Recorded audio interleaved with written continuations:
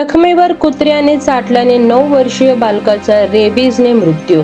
मोकाट कुत्र्यांचा प्रश्न पुन्हा ऐरणीवर.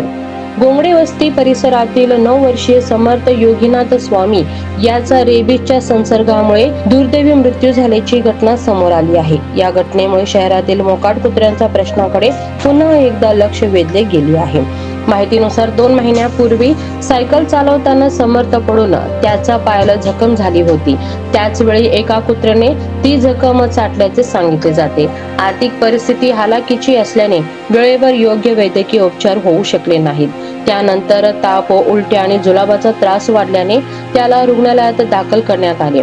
उपचार सुरू असतानाच शुक्रवारी पहाटे त्याचा मृत्यू झाला.